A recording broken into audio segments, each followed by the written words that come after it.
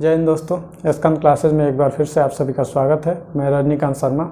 आज संविधान के कुछ महत्वपूर्ण अनुच्छेद हैं जो कि एग्जाम की दृष्टि से बहुत ही महत्वपूर्ण है। हम लोग इसके विषय में चर्चा करेंगे, कौन सा अनुच्छेद जो है किस से रिलेटेड है, ठीक है, किस अनुच्छेद में क्या कहा गया है, कौन सी बात कही गई है, उसे हम देखेंगे। ठीक है, अनुच्छेद 161 में देखिए क्या कहा गया है। तो अनुच्छेद 61 आपका रिलेटेड है राज्यपाल के क्षमादान की शक्ति। ठीक है, क्षमादान की शक्ति यह किसे प्राप्त है? तो राज्यपाल को। तो कौन से अनुच्छेद के द्वारा? 161 अनुच्छेद के द्वारा। ठीक है, 165 में कौन सी बात कही गई है? तो 165 में आपका जो है एडवोकेट जनरल,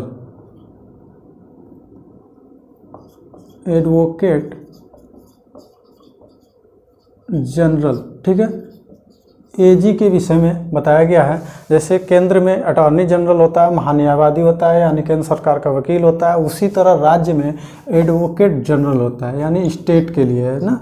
स्टेट में एजी होता है यानी एडवोकेट जनरल होता है, वह अनुच्छेद 165 में इसके विषय में बताया गया है। ठीक है, तो ये राज्य सरकार का क्या होता है? एडवोकेट यानी वकील होता है।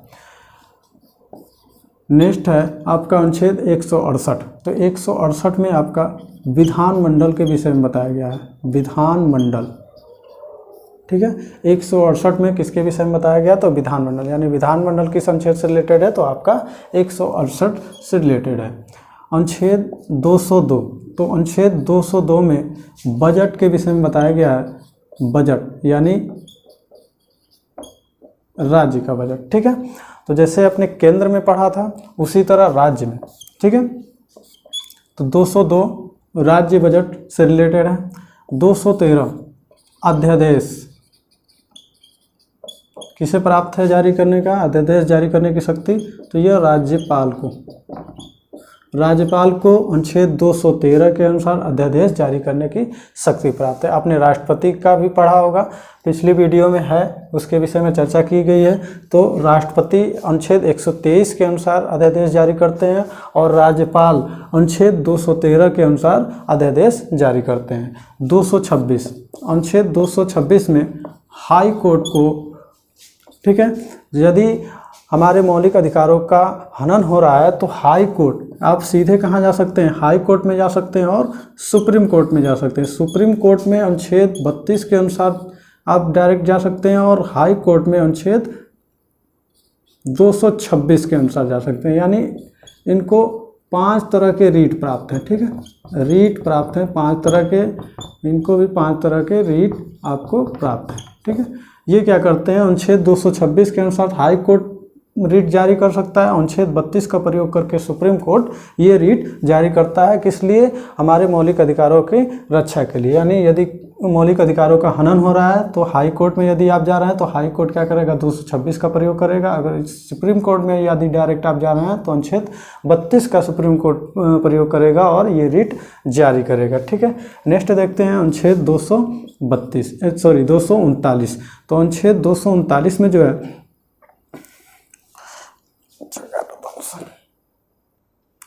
ठीक है, अनुच्छेद 239 में आपका यूटी के विषय में यानी केंद्र शासित प्रदेश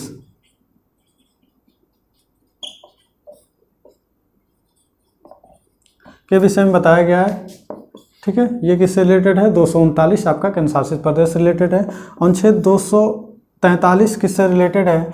तो अनुच्छेद 243 जो है पंचायत और नगर पालिका, ठीक है, से रिलेटेड है। पंचायत और नगर पालिका से रिलेटेड यानी इनके विषय में जो बात कही गई है वह किस में कहा गया? अनुच्छेद 243 के तहत कहा गया है। अनुच्छेद 246 के तहत, यानी ये देखिए कैपिटल में ए लिखा गया है, यानी यह पहले संविधान में मौजूद नहीं था, इसे किसी न किसी संविधान संशोधन के द्वारा जोड़ा गया है। तो कौन से अमेंडमेंट के द्वारा इसे जोड़ा गया है? तो 101वां संविधान संशोधन किया गया। ठीक है, 101वां संविधान संशोधन किया गया और इसमें जो है जीएसटी को जोड़ा गया। जीएसटी को, ठीक है, जीएसटी को जोड़ा गया। यह कब से लागू है? 1 जुलाई 2017 से जो है आपका GST लागू है, यानी 246A में क्या किया गया है, GST को रखा गया है। यह कब से लागू है, 1 जुलाई 2017 से लागू है। तो ये थे आपके कुछ महत्वपूर्ण अनुच्छेद। ठीक है, देखिए 161 जो है आपका राज्यपाल क्षमादान की शक्ति से रिलेटेड है। 165 आपका एडवोकेट जनरल यानी एडवोकेट जनरल यानी AG यानी स्टेट में जो वकील होते हैं, केंद्र के वकील जो होते हैं, राज्य के जो वकील होते हैं उनके विषय में 165 में चर्चा बताया गया है, और 168 में विधानमंडल के विषय में बताया गया है। बजट जो राज्य बजट होता है वह 202 अनुच्छेद 202 में है, और 213 के तहत राज्यपाल क्या करता है, अध्यादेश जारी करता है।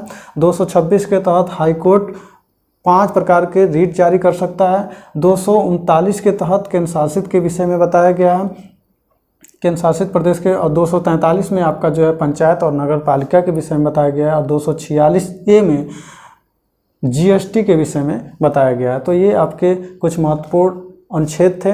आशा करता हूँ यह वीडियो आप लोगों को बहुत ही अच्छा लगा होगा। धन्यवाद दोस्तों।